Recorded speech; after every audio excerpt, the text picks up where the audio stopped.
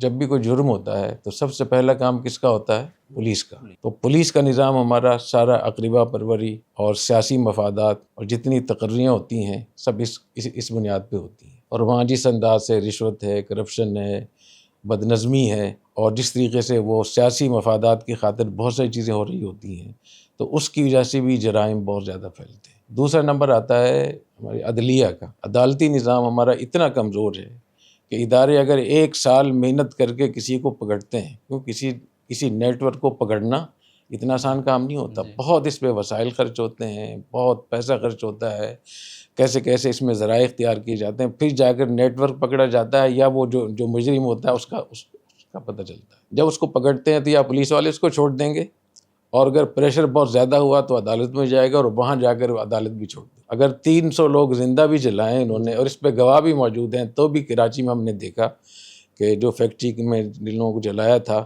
عام مزدوروں کو، تو اس کے جو جلانے والے تھے ان کو ہماری عدالتوں نے رہا کر. تو ہمارے اس جو تفتیشی اداروں سے جو لوگوں کو شکایات ہیں، اور وہ کافی حقیقت بھی ہے اس میں، تو اس کے لیے ضروری ہے کہ ہمارا پولیس کا نظام ٹھیک ہو، ہماری عدلیہ ٹھیک ہو. تیسرے نمبر پر جو تفتیشی ادارے ہیں ان کو قانون میں اتنی اجازت ہونی چاہیے پاکستان کے آئین میں کہ وہ لوگوں کو گرفتار کر سکیں. اصولی طور پر تو ان کے ذمہ یہ کہ وہ معلومات اکٹھی کریں، کسی بھی نیٹ ورک بارے میں جو معلومات ہیں اکٹھی کر کے پھر وہ حکومت کو دیں.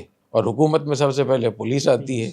ٹھیک ہے، تو اس کا مطلب یہ ہے کہ چوروں کی معلومات اکٹھی کر کے آپ انہی کو دے دیں جن کی سرپرستی میں چوری ہو رہی ہے. تو اس سے کیسے یہ ملک ٹھیک ہوگا؟ تو اس کی ضرورت ہے کہ جو تفتیشی ادارے ہیں ان کو یہ نہ کرنا پڑے کہ چونکہ ان کو اجازت نہیں ہوتی، لہٰذا وہ کسی کو بھی پکڑ کے پہلے اس کو تھانے لے کر جاتے ہیں اور وہاں جا کر یہ کہتے ہیں کہ یہ پولیس نے گرفتار کیا ہے، اور اس کی جیب میں کچھ پوڑیاں ووڑیاں ڈال دیتے ہیں کہ یہ اس کی جیب سے جو ہے نا یہ منشیات برآمد ہوئی ہے.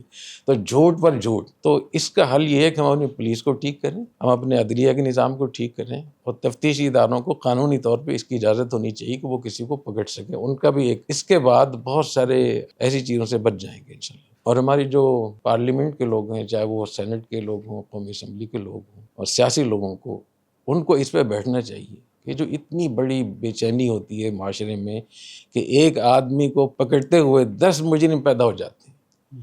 جب ایک آدمی جب لاپتہ ہوتا ہے تو کم از کم تین خاندان اس سے متاثر ہوتے ہیں. ایک اس کا ددیال، ایک اس کا ننیال، ایک اس کا سسرال، باقی جو اپنا حلقہ دوست احباب الگ. تو یہ ہماری جو آئینی کمزوری خامی ہے، اس کی وجہ سے، عدالتی کمزوری کی وجہ سے، اور پولیس کی کمزوری کی وجہ سے یہ ساری چیزیں آگے بڑھ رہی ہیں. اس میں اس چیز کا بھی ہمیں خیال رکھنا ہوگا کہ لاپتہ لوگوں کے بارے میں جتنی معلومات دی جاتی ہیں، جتنے دعوے کیے جاتے ہیں، میرے خیال اس میں بہت بڑا حصہ ایک الزامات کا ہے. اور جب یہ لوگ کہیں بھی مقابلے میں جنگ میں مارے جاتے ہیں تو وہ لاپتہ لوگ وہاں سے برآمد ہوتے ہیں. اور اس کے لیے حقائق پہ جانا چاہیے، اور جو لوگ اس کام کو کر رہے ہیں تو ان کو چاہیے کہ کوئی بھی کام جو غیر قانونی، اگر جس کو آپ پکڑ رہے ہیں اس نے غیر قانونی کام کیا ہے، اس کو پکڑنے کے لیے آپ بھی غیر قانونی کام کر رہے ہیں، تو فرق کیا ہوا دونوں؟